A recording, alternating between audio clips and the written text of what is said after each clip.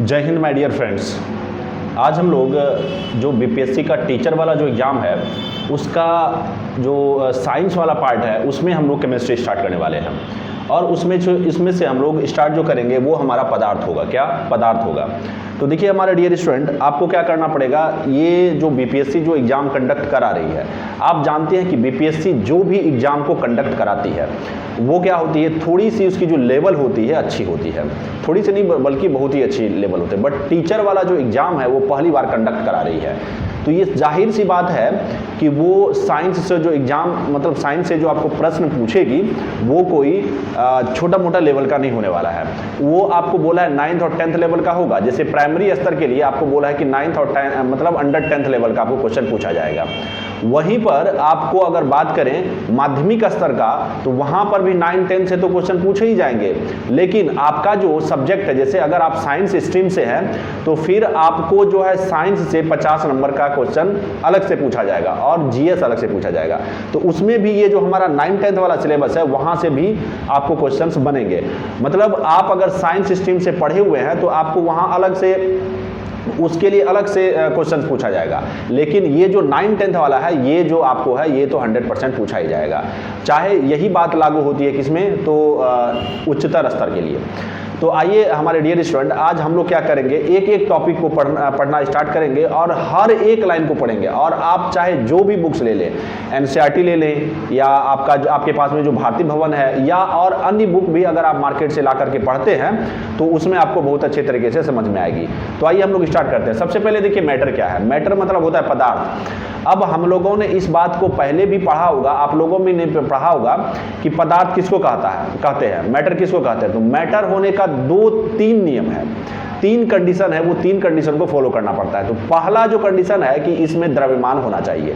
मतलब अगर कोई भी चीज मैटर है तो उसका पहला कंडीशन यही है कि उसमें द्रव्यमान होना चाहिए, मतलब मास होना चाहिए। उसके बाद दूसरा क्या कंडीशन है कि वह जगह को छेकेगी, मतलब स्पेस को ऑक्युपाई करेगी। एंड थर्ड वाला कंडीशन क्या है कि आप उसको फील कर सकते हैं आप अपने सेंस ऑर्गन से। मतलब आपका जो सेंस ऑर्गन है, जैसे कि आपका हवा हुआ, इसको आप देख तो नहीं सकते हैं बट इसको महसूस कर सकते हैं, है ना। तो इसी प्रकार से ये क्या हो गया, हमारा मैटर होने का 3 कंडीशन को फॉलो करता है। तो अब जैसे देखिए यहाँ पर अगर हम लोग बात करें, क्या इलेक्ट्रिसिटी मैटर है? नहीं, इलेक्ट्रिसिटी मैटर नहीं है। वहीं पर प्रकाश क्या मैटर है? नहीं, प्रकाश भी मैटर नहीं है। अब इसके ज़्यादा डिटेल में नहीं जाएंगे, जैसे कि अगर प्रेम, स्नेह, इसकी बात करें, क्या ये मैटर है? नहीं, ये मैटर बिल्कुल भी नहीं है। तो जैसे अगर आपके आसपास का बहुत सारा एग्जाम्पल ले लीजिए। सबसे पहला मैं एग्जाम्पल लेता हूँ एयर जो हो गया, ये क्या है, मैटर है। क्यों मैटर है? अब देखिए इसको प्रूफ करने के लिए आप क्या कर सकते हैं, एक बिना फुला हुआ बैलून लें। उस बैलून को क्या करें, पहले आप बैलेंस पे, जो इलेक्ट्रॉनिक बैलेंस है उस पर आप क्या करें, उसको मेजर कर लें, मतलब उसको वेट कर लें। फिर उसके बाद क्या करें, उसमें एयर भर दें। एयर भरने के बाद उसका वेट करें, तो दोनों वेट में आपको डिफरेंस नजर आएगा। जब आपने क्या किया था, बैलून में एयर नहीं भरा हुआ था उस समय का वेट, और जब आपने एयर को भर दिया तो उस समय का वेट, दोनों वेट में क्या होगा, डिफरेंस होगा। ज़्यादा वेट कब का होगा, जब बैलून के अंदर में एयर भरा हुआ होगा। इस तरह से ये बात सिद्ध हो जाती है क्या, कि बैलून के अंदर में जो एयर है या हमारे अराउंड में जो हमारे इन्वायरमेंट में जो भी एयर है वो क्या है, पदार्थ है। तो पदार्थ और पदार्थ जो भी पदार्थ होता है वो क्या चीज से मिलकर बना होता है, कण से मिलकर बना होता है। और ये कण के बारे में हम लोग आगे इसके बारे में चर्चा करेंगे। अब जैसे कि हमारे हाथ में ये जो मार्कर है, क्या ये पदार्थ है? बिल्कुल पदार्थ है। अब इसमें कुछ ना कुछ द्रव्यमान है। क्या है? कुछ ना कुछ द्रव्यमान है। और ये देखिए यहाँ पर जहाँ पर मैं इसको रखा हूँ वहाँ पर ये क्या कर रही है, जगह को ऑक्युपाई कर रही है। अगर मैं आंख ऐसे बंद कर लूँ, अगर मैं क्या करूँ, आंख बंद कर लूँ, तो इसको छू के बता सकता हूँ कि ये क्या है, मार्कर है। फील करके मैं बता सकता हूँ। ओके। एंड जैसे बात करें वाटर क्या पदार्थ है? बिल्कुल, वाटर भी पदार्थ है। आपके आसपास में जितनी भी सारी चीजें हैं वो सारी चीजें क्या है, पदार्थ है। तो आप लोग ये पदार्थ के बारे में पहले से भी जानते होंगे। अब देखिए यहाँ पर एक वर्ड लिखा हुआ है वस्तु को बोलते हैं इंग्लिश में ऑब्जेक्ट। अब पदार्थ से मिलकर क्या बना हुआ होता है, वस्तु। जैसे देखिए लकड़ी क्या है, एक पदार्थ है। लकड़ी क्या है, एक पदार्थ है। और लकड़ी से बना हुआ जितना भी सामान है वो क्या है, वस्तु। जैसे लकड़ी से बना है बेंच, टेबल, कुर्सी, ये सारी चीज़ें क्या हो गई, वस्तु हो गई। वहीं पर अगर हम लोग बात करें जैसे प्लास्टिक, प्लास्टिक क्या है, पदार्थ है, और प्लास्टिक से बहुत सारी चीज़ें बनती है, इसलिए वो क्या हो गई, तो वस्तु हो गई। तो अब यहाँ पर आपको अगर क्वेश्चन करे कि लकड़ी और कुर्सी दे, इसमें आपको चूज करने के लिए दे कि कौन पदार्थ है कौन वस्तु है, तो आप आसानी से चूज कर सकते हैं। अब देखिए यहाँ पर आता है द्रव्यमान, मतलब द्रव्यमान क्या होता है, कोई भी वस्तु में उपस्थित, किसी भी वस्तु में उपस्थित पदार्थ की जो मात्रा होती है, किसी वस्तु में उपस्थित पदार्थ की मात्रा को ही हम लोग द्रव्यमान कहते हैं। अब देखिए क्या होता है, जैसे द्रव्यमान होता है मास, एक होता है मास, मास और एक होता है वेट। तो यहाँ पर ये जो मास है, मास को ही हम लोग द्रव्यमान बोलते हैं। अब ये जो मास होता है किसी भी वस्तु में उपस्थित पदार्थ की मात्रा, मतलब ये जो दिखाता है मास जो होता है ये पदार्थ की मात्रा होती है।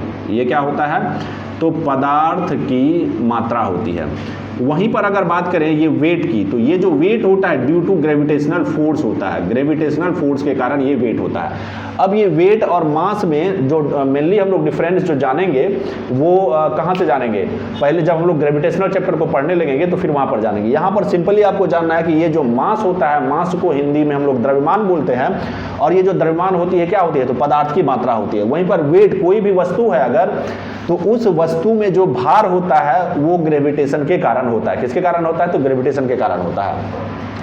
अब देखिए मास जो होती है ना, ये कहीं पर बदलता नहीं है, मतलब ये चेंजेबल नहीं होता है। वहीं पर वेट जो होता है ना, चेंजेबल होता है। जैसे आपका बॉडी का जो भी वेट है ना, अगर आप मून पर चले जाएंगे तो वहां पर आपका बॉडी का वेट क्या हो जाएगा, कुछ और हो जाएगा।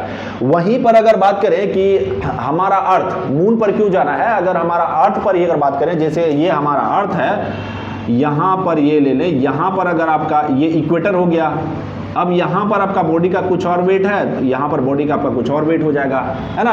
यहाँ पर भार कुछ और होगा, यहाँ पर भार कुछ और होगा।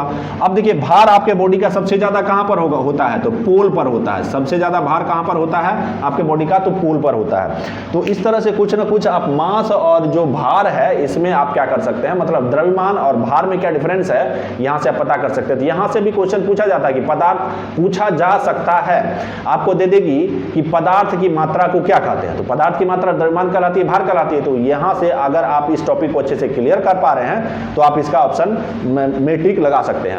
अब देखिए दूसरा आता है, नेक्स्ट वाला जो हमारा टॉपिक है वो कहता है कि हमारा जो भारतीय दार्शनिक हो या यूनान का दार्शनिक हो, उन्होंने प्राचीन काल की बात कर रहा है। क्या प्राचीन काल में क्या कहा कि हमारा जो ये ऑब्जेक्ट है, हमारा जो ये पदार्थ है, ये 5 मूल चीजों से मिलकर के बना हुआ है। क्या, क्षिति जल पावक गगन समीरा, पंच तत्व यह अधम शरीरा। मतलब यहाँ पर क्षिति, जल, पावक, गगन, समीरा, आप जानते हैं क्षिति मतलब होता है धरती, धरती मतलब हो गया हमारा जो शरीर जो बना हुआ या कोई भी ऑब्जेक्ट बना हुआ है वो क्या चीज़ से मिलकर बना हुआ है, तो मिट्टी से मिलकर बना हुआ है, वही है जल, जल तो जानते हैं वाटर, पावक मतलब अग्नि, गगन, गगन मतलब हो गया आकाश, एंड समीरा, समीरा मतलब वायु। ये 5 चीज़ों से मिलकर हमारा क्या जो ऑब्जेक्ट है या बोल रहे हैं हमारा जो शरीर है वो मिलकर बना हुआ है। उसके बाद देखिए पदार्थ जो भी होती है, पदार्थ के 2 गुण होते हैं। आप जैसे देखिए ये बाहर वाला गुण हो गया और इसके अंदर वाला एक गुण होगा। जैसे देखिए एक इंसान में 2 गुण होता है, एक बाहर से वो कुछ और दिखता है। जैसे अगर कोई भी इंसान है देखने में बहुत ही ज़्यादा सुंदर है, लेकिन इस बात की संभावना हो सकती है अगर वो देखने में सुंदर है तो वो आंतरिक रूप से सुंदर है, आंतरिक रूप से सुंदर हो भी सकता है, नहीं भी हो सकता है, इस बात की 100% संभावना है। वैसे ही एक पदार्थ है उसका 2 गुण होता है, एक बाह्य गुण होता है, एक आंतरिक गुण होता है। जैसे देखिए बाह्य गुण की अगर हम लोग बात करें तो बाह्य गुण को हम लोग बोलते हैं भौतिक गुण और आंतरिक गुण को बोलते हैं रासायनिक गुण। चलिए इसको एक एग्जांपल से समझते हैं। जैसे देखिए आप क्या करिए, चीनी लीजिए और नमक लीजिए, चीनी और नमक को दोनों को छुइएगा, दोनों को टच करिएगा तो दोनों ही क्या है, सॉलिड है, दोनों ही क्या है, ठोस है, और उसका आकार, रंग, रूप आप पता कर सकते हैं। मतलब दोनों का भौतिक गुण को आप देख पा रहे हैं। लेकिन अगर दोनों को क्या करें, आप पानी में घोल दें तो पानी में घोल देने के बाद जो है आप क्या देखेंगे कि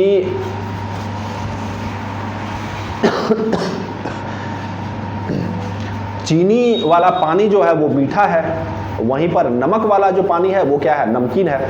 इस तरह से आप बाह्य गुण और आंतरिक गुण का पता कर सकते हैं। जो बाह्य गुण है मतलब जिसको छू कर देख कर आप पता कर सकते हैं, वो उसका बाह्य गुण होता है। तो जो बाह्य गुण होता है उसी को हम लोग भौतिक गुण के रूप में जानते हैं। क्या? जो बाह्य गुण होता है उसी को हम लोग भौतिक गुण के रूप में जानते हैं। जो आंतरिक गुण होता है, जो कि इसका स्वाद को बताया, जैसे अभी मैंने कहा कि चीनी को अगर आप पानी में घोल दें तो वो अपना मिठास का आपको अनुभव कराएगा। अब देखिए, अगर कोई भी मैजिक होता, अगर आपको क्या कर पाता, मैं चीनी के अंदर में भेज पाता, तो वहाँ जो एटम होता, वहाँ के एटम को अगर आप टेस्ट करते तो वो एटम का टेस्ट कैसा निकलता? वो एटम का टेस्ट मीठा निकलता। अब चीनी के अंदर में क्या है? एटम है, मतलब चीनी के अंदर में पार्टिकल है, मतलब चीनी जो है एक पदार्थ है। चीनी पदार्थ क्यों है? क्योंकि चीनी को आप जिस जगह पर रखेंगे उसी जगह पर अगर आप कहेंगे कि हम नमक रख देंगे तो नहीं रख पाएंगे। चीनी का वो जो एक क्रिस्टल है वो क्या है? मैटर है। अब कोई भी चीज अगर पदार्थ है या मैटर है, पदार्थ है या मैटर है, तो वो क्या चीज से मिलकर बना होगा? पार्टिकल से मिलकर बना होगा। अब जैसे मान के चलिए, जैसे देखिए ये है चीनी का एक क्रिस्टल को, जिसको मैं यहाँ पर ये बता रहा हूँ। तो जैसे देखिए ये चीनी का क्रिस्टल के अंदर में ये क्या है? पार्टिकल है। छोटा छोटा क्या है? तो ये पार्टिकल है। अब आप इस चीनी के अंदर में घुस गए। चीनी के अंदर में जाने के बाद जब आपने इस पार्टिकल को टेस्ट किया, तो आपने देखा क्या? अच्छा, इसका टेस्ट कैसा है? तो मीठा है। वहीं पर अगर ये जो है, अगर ये हो गया आपको नमक का पार्टिकल, मतलब नमक का एक छोटा सा क्रिस्टल हो गया। ये भी छोटा छोटा पार्टिकल से मिलकर बना होगा, ये भी छोटा छोटा एटम से मिलकर के बना हुआ होगा। अब यहाँ पर इसके अंदर में जब आप गए, इस पार्टिकल को अगर आपने टेस्ट किया तो कैसा निकला? तो नमकीन। इसी वजह से इसका जो टेस्ट होता है, नमक का जो टेस्ट होता है वो कैसा होता है? नमकीन होता है। तो ये जो बताता है, ये जो इसके अंदर का जो एटम है वो उसका आंतरिक गुण को बताता है।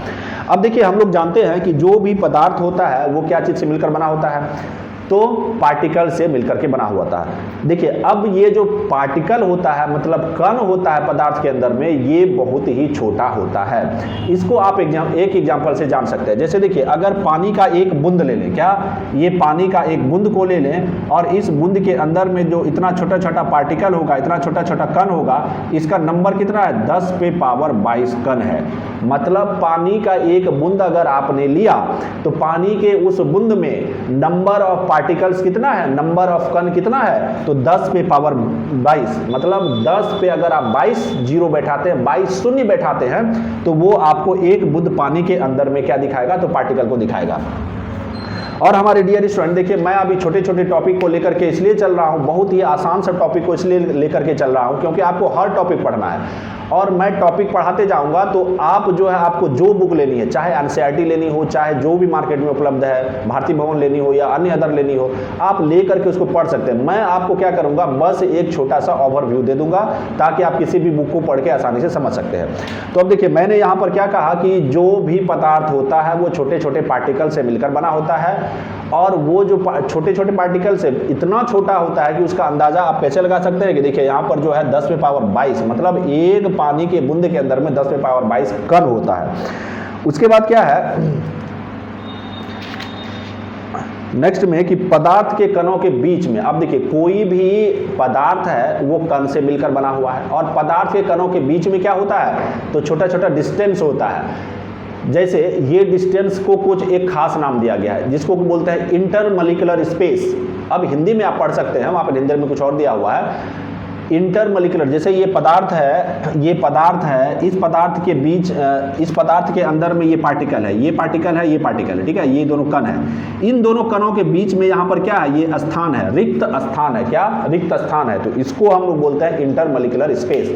अब आपको मान के चलिए कि क्वेश्चन पूछ देगा कि जो मॉलिक्यूल्स होता है, या बोल लीजिए तो अणु होता है या परमाणु होता है, जिससे कि मिलकर पदार्थ बना होता है, उन दोनों के बीच के स्थान को, उन दोनों के बीच के खाली स्थान को क्या बोलते हैं? तो आप आसानी से बता सकते हैं कि इन दोनों के बीच के जो खाली स्थान है उसको हम लोग क्या बोलते हैं? इंटरमॉलिक्यूलर स्पेस बोलते हैं। अब देखिए, ये दोनों जो पार्टिकल है, ये दोनों जो कण है, ये दोनों कण के बीच में एक फोर्स भी काम करता है। मतलब दोनों पार्टिकल एक दूसरे को अट्रैक्ट करने का काम करता है, एक दूसरे को पकड़ के रखता है, खींच के रखता है। तो इसको बोला जाता है इंटरमॉलिक्यूलर फोर्स ऑफ अट्रैक्शन, या इंटरमॉलिक्यूलर फोर्स भी बोला जाता है।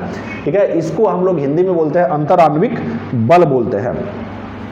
अब देखिए, इतना सारी बात हो गई। अब क्या है कि नेक्स्ट में कि हमारा जो पदार्थ है, जैसे ये पदार्थ है, इस पदार्थ के अंदर में छोटा छोटा पार्टिकल होगा।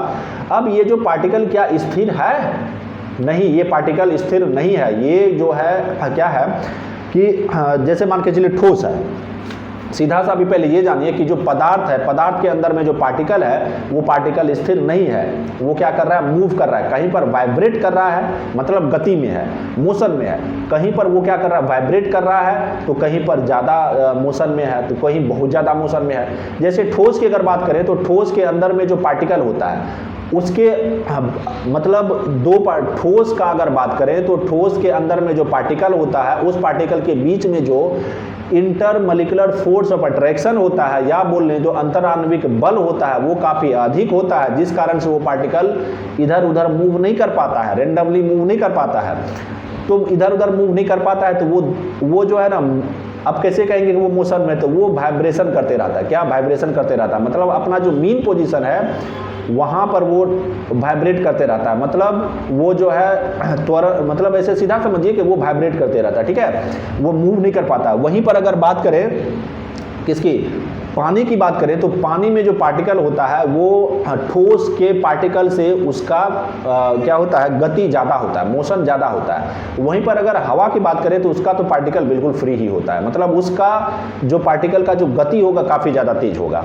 अब यहाँ पर जब बात आई है क्या चीज़ की, कि पार्टिकल की, जैसे मान के चलिए ये ठोस है, क्या है ये ठोस का अगर बात करें, ठोस है, ठोस के अंदर में अगर ये पार्टिकल है, ठीक है। वहीं पर अगर हम लोग बात करें द्रव, क्या द्रव, अब देखिए द्रव को द्रव्य से आप लोग कंफ्यूज नहीं करेंगे। अब द्रव का ये पार्टिकल है, यहाँ पर ले लेता हूँ ये गैस का पार्टिकल है, ठीक है। अब जैसा कि मैंने बताया कि ये जो पार्टिकल होता है ये क्या होता है, सिर्फ वाइब्रेट करता है, मोशन में तो है लेकिन ये क्या करता है, ओनली वाइब्रेट करता है। लेकिन ये वाला जो पार्टिकल है ये वाइब्रेट नहीं करता है, ये मोशन करता है, मतलब चल फिर सकता है। देखिए एक है कि अपने जगह पर ऐसे ऐसे हिलना डुलना, एक है कि एकदम आराम आराम से चलना, एक होता है दौड़ना, है ना। तो यहाँ पर क्या हो गया, वही बात हो गई। यहाँ पर ये जो पार्टिकल है ये बस अपने ऐसे ऐसे हिल डुल रहा है, मतलब वाइब्रेट कर रहा है। ठोस का जो पार्टिकल है वो क्या करेगा, सिर्फ हिलेगा डुलेगा। वहीं पर द्रव का जो पार्टिकल होगा वो आराम आराम से चलेगा, पैदल पैदल चलेगा। तो इसका मतलब ये मूव कर पाता है, रेंडमली ये मूव कर पाता है, इधर उधर मूव कर पाता है। लेकिन गैस का जो पार्टिकल होता है ये दौड़ते रहता है ना। अब यहाँ पर इस पार्टिकल को हम लोग काइनेटिक एनर्जी के रूप में देखेंगे, मतलब गतिज ऊर्जा के रूप में देखेंगे। अब देखिए यहाँ पर हम लोग काइनेटिक एनर्जी मतलब गतिज ऊर्जा को जो जानते हैं, ये ऊर्जा दो प्रकार का होता है, एक गतिज ऊर्जा होता है, एक स्थितिज ऊर्जा होता है। जैसे देखिए गतिज ऊर्जा जो होता है, अगर कोई वस्तु गति में है तो उस गति के कारण उस वस्तु में क्या होगा, ऊर्जा होगा। जैसे अगर आप दौड़ रहे हैं तो आपके बॉडी में आपके दौड़ने के कारण क्या होगा, ऊर्जा होगा। अगर आप बॉल को फेंक रहे हैं तो बॉल जो जा रही है, मतलब मूव जो कर रही है, तो उस मूव के कारण, उस बॉल में गति के कारण उसमें क्या है, एक ऊर्जा है। उसी को हम लोग बोलते हैं काइनेटिक एनर्जी, मतलब गतिज ऊर्जा। अगर मैंने क्या किया, ये जो मार्कर है, इस मार्कर को ऐसे हाथ पे रख दिया, क्या ये मार्कर गति में है, क्या ये मोशन में है, नहीं, ये मोशन में नहीं है। तो इस कारण से, इसके स्थिति के कारण इसमें क्या है, एक ऊर्जा है, जिसको कि हम लोग क्या कहते हैं, स्थितिज ऊर्जा बोलते हैं, जिसको कि हम लोग पोटेंशियल एनर्जी बोलते हैं। तो यहाँ पर पोटेंशियल एनर्जी की बात नहीं करूंगा, यहाँ पर ओनली मैं जो बात करूंगा वो पोटेंशियल एनर्जी का नहीं बल्कि काइनेटिक एनर्जी का बात करूंगा। अब देखिए ये जो हमारा ठोस है, ठोस का जो ये पार्टिकल है ये भी क्या कर रहा है, मोशन में है, तो इसका मतलब इसके अंदर में भी काइनेटिक एनर्जी होगा। ये भी मोशन में है, मतलब ये इसमें भी काइनेटिक एनर्जी होगा, और ये भी मोशन में है, मतलब इसमें भी काइनेटिक एनर्जी होगा। चलिए इसको मैं 1 लिख देता हूँ, इसको मैं 2 लिख देता हूँ, इसको मैं 3 लिख देता हूँ। मतलब ठोस में जो पार्टिकल है उसके पार्टिकल में भी काइनेटिक एनर्जी है, गतिज ऊर्जा है, गैस। और द्रव में जो पार्टिकल है उसमें भी क्या है, आपको गतिज ऊर्जा है।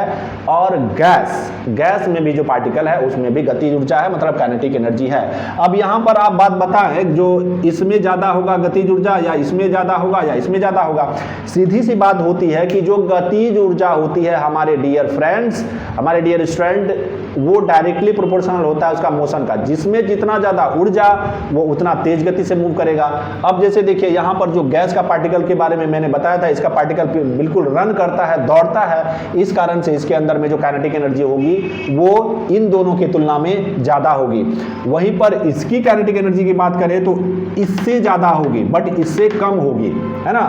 द्रव के अंदर में जो पार्टिकल होगा, द्रव के अंदर का जो पार्टिकल है, उस पार्टिकल में जो काइनेटिक एनर्जी होगी, वो काइनेटिक एनर्जी क्या होगी, इससे कम होगी लेकिन इससे ज़्यादा होगी, और इसका जो काइनेटिक एनर्जी है सबसे क्या होगी, तो कम हो जाएगी होगी। एंड नेक्स्ट वाला जो हम लोग देखते हैं, हाँ चलिए अब यहाँ पर एक चीज़ देख लेते हैं, डिफ्यूज़न। क्या, तो डिफ्यूज़न जैसे देखिए आप क्या करते हैं, पानी लेते हैं, पानी में चीनी को मिलाते हैं, है ना, पानी में क्या मिलाते हैं, चीनी को मिलाते हैं और नमक को भी मिलाते हैं। चलिए इस वाले एग्जांपल को छोड़ देते हैं। जैसे देखिए अगर दो गैस है आपके पास में, क्या, दो गैस है, दोनों गैस को अगर आप मिलाएं तो दोनों गैस आसानी से मिल जाता है। कहने का सीधा सा मतलब क्या हुआ, अगर आप दोनों गैस को मिला रहे हैं तो ये वाला में जो एक गैस है, इधर वाला में एक गैस है, तो अब अभी मैंने बताया था कि ये जो गैस है तो ये गैस क्या है, पदार्थ है, ये भी गैस क्या है, आपको पदार्थ है, क्योंकि इसमें कुछ ना कुछ भार होगा। अब ये वाला भी गैस क्या चीज़ से मिलकर बना हुआ होगा, तो पार्टिकल से मिलकर के बना होगा, और इधर वाला भी जो गैस है वो क्या चीज़ से मिलकर बना होगा, पार्टिकल से मिलकर बना होगा। दोनों गैस को जब आप मिक्स कर देंगे तो दोनों गैस मिक्स कैसे हो जाता है, क्योंकि दोनों का पार्टिकल एक दूसरे में क्या हो जाता है, मिक्स हो जाता है, दोनों का पार्टिकल एक दूसरे में क्या हो जाता है, मिक्स हो जाता है। तो स्वतः मतलब अपने आप दो गैसों के पार्टिकल्स को आपस में मिलने की क्रिया को ही हम लोग क्या कहते हैं, तो विसरण कहते हैं, मतलब डिफ्यूजन कहते हैं। क्या कहते हैं, डिफ्यूजन। क्या कहते हैं, तो डिफ्यूजन। इसी को हिंदी में हम लोग बोलते हैं विसरण। कणों के अपने आप में एक दूसरे से घुल मिल जाने की प्रक्रिया को ही विसरण कहते हैं। अब विसरण से कुछ टॉपिक्स है, जैसे कि आपको ये घनत्व मतलब डेंसिटी पर डिपेंड करता है। अब वहीं पर ये एक और चीज़ है, घनत्व हो गया, दूसरा हो गया कि टेम्परेचर पर डिपेंड करता है। क्या, जैसे मान के चलिए अब यहां पर मैं बात करता हूं, देखिए जो पतला घोल होगा, पतला घोल, इस पतला घोल को हम लोग बोलेंगे तनु, वहीं पर जो गाढ़ा घोल होगा उसको बोलेंगे सांद्र। क्या बोलेंगे, सांद्र। जैसे अगर मैं स्याही को ले लूं तो स्याही क्या है, एक पतला घोल है, क्या, तो स्याही एक पतला घोल है। वहीं पर ये जो गाढ़ा घोल की अगर बात करें, सांद्र घोल की बात करें, तो वो होता है हमारा जो शहद है, वो क्या है, सांद्र है। अब देखिए आप क्या किए, ये वाला ग्लास लिए, ये दो ग्लास लिए, इस ग्लास में भी पानी है और इस ग्लास में भी पानी है। इसमें आपने क्या किया, स्याही डाला, इसमें आपने क्या किया, तो स्याही डाला, और इसमें क्या डाला आपने, शहद डाला, इसमें क्या डाला, स्याही डाला, और इसमें शहद डाला। अब देख रहे हैं कि आप आसानी से इस प्रैक्टिकल को करके देख सकते हैं कि आपने जैसे इसमें स्याही डाला, जैसे इसमें आप स्याही डाल रहे हैं वैसे इसमें शहद डालिए, मतलब दोनों एक ही समय में डालिए। देखिएगा सबसे तेज़ी से कौन घुल जाता है, तो सबसे तेज़ी से जो घुल जाएगा वो आपका स्याही घुल जाएगा। सबसे कम तेज़ी से कौन घुलेगा, तो ये इसको घुलने में लेट लगेगा। इसके पीछे का रीज़न क्या है कि इसका घनत्व ज़्यादा है, यहाँ पर जो शहद है, शहद का घनत्व ज़्यादा है, डेंसिटी ज़्यादा है, और इसका जो स्याही का जो डेंसिटी है ये शहद की तुलना में कम है। अब यहाँ पर बात आती है कि जो घनत्व जो होती है, इसका मतलब क्या होता है, इसका मतलब देख रहे हैं, घनत्व मतलब होता है, जैसे मान के चलिए ये पदार्थ है, कोई भी पदार्थ का जो घनत्व निकाला जाता है वो कैसे निकाला जाता है। अब यहाँ पर आपने क्या किया, 1 मीटर क्यूब का आयतन का यहाँ से कट कर लिया और इसको वेट कर लिया, यही इसका क्या दिखाता है, तो घनत्व को दिखाता है ना। मतलब घनत्व जो होता है वो आपको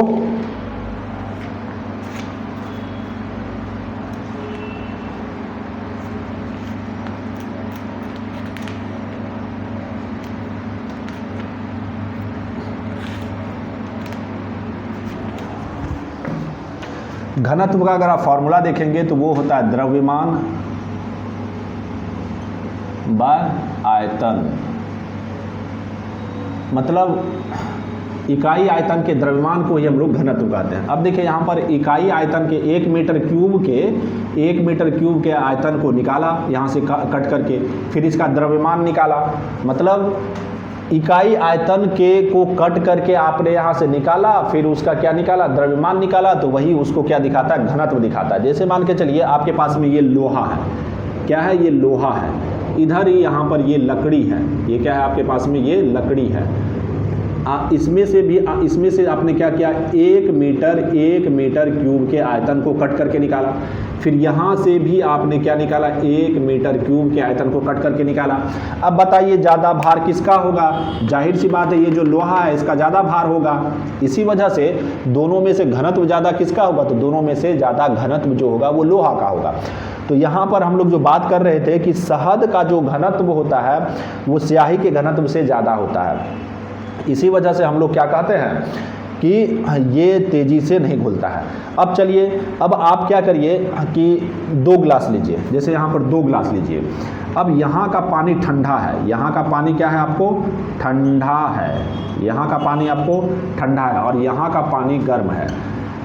एक ही समय में इसमें भी चीनी का क्रिस्टल डालिए और उसी समय में इसमें भी चीनी का क्रिस्टल डालिए, तो जल्दी किसमें घुलेगा? जल्दी आपको चीनी इसमें घुल जाएगा। इसके पीछे का रीज़न क्या है? इसके पीछे का रीज़न यही है कि जब टेम्परेचर अधिक हो तो क्या होता है, तो ये बहुत तेज़ी से घुल जाता है। अब देखिए, तेज़ी से घुलने के पीछे का रीज़न ये है कि ये जो पानी है, पानी में जो पार्टिकल होगा, पार्टिकल में काइनेटिक एनर्जी ज़्यादा होगा, गतिज ऊर्जा क्या होगा? ज़्यादा होगा। जैसे ये क्रिस्टल यहाँ पर डूबेगा, ये क्रिस्टल डूबेगा तो इसका पार्टिकल बहुत तेज़ी से इसमें धक्का मारेगा। क्या? बहुत तेज से इसमें धक्का मारेगा, जिस कारण से ये आसानी से तुरंत क्या हो जाएगा? ब्रेक हो जाएगा अपने पार्टिकल्स में। लेकिन यहाँ पर जो होगा ना, अब देखिए इसमें आसानी से चल फिर रहा होगा।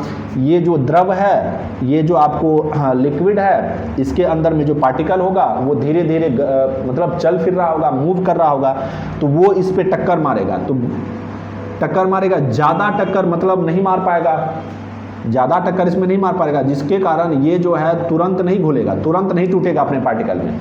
बट यहाँ पर क्या होगा? जल्दी टूट जाएगा। क्यों? इसमें जल्दी धक्का लगेगा। ठीक है। अब जैसे मान के चलिए आपके दोस्त के हाथ में हथौड़ा दे दिया जाता है और आपके भी हाथ में हथौड़ा दिया जाता है, और आपको जो है यहाँ पर 2 पत्थर रख दिया जाता है। जैसे मान के चलिए ये वाला पत्थर रख दिया गया, इधर ये वाला पत्थर रख दिया गया और इधर ये वाला पत्थर रख दिया गया। अब इसमें तेज़ी से हथौड़ा मारा गया। क्या? इसमें तेज़ी से हथौड़ा मारा गया और इसमें स्लो से हथौड़ा मारा गया। तो बताइए, जल्दी तो ये पत्थर टूटेगा ना, बाद में ये टूटेगा। दोनों पत्थर एक ही टाइप का है, दोनों पत्थर क्या है? एक ही टाइप का। तो वही सेम वाला बात यहाँ पर, हथौड़ा ज़्यादा तेज़ी से कौन चला रहा है? हाथ पैर ज़्यादा तेज़ी से कौन चला रहा है? तो इसका पार्टिकल चला रहा है। इसी वजह से ये क्या हो जाता है, यहाँ पर आसानी से चीनी का जो पार्टिकल है वो टूट जा रहा है।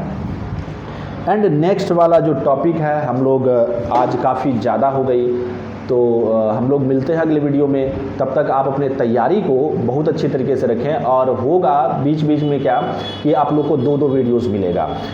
तो और अगर ये वीडियोज़ आपको अच्छा लगा हो तो